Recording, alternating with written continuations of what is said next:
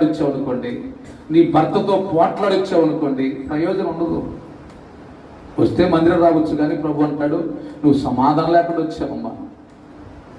నీ భర్తని ప్రేమించలేవు, నీ భార్యని ప్రేమించలేవు, నీ బిడ్డల్ని ప్రేమించలేవు, నన్ను ప్రేమిస్తున్నావా? నీ భర్తను ప్రేమించు, నన్ను ప్రేమించినట్టే.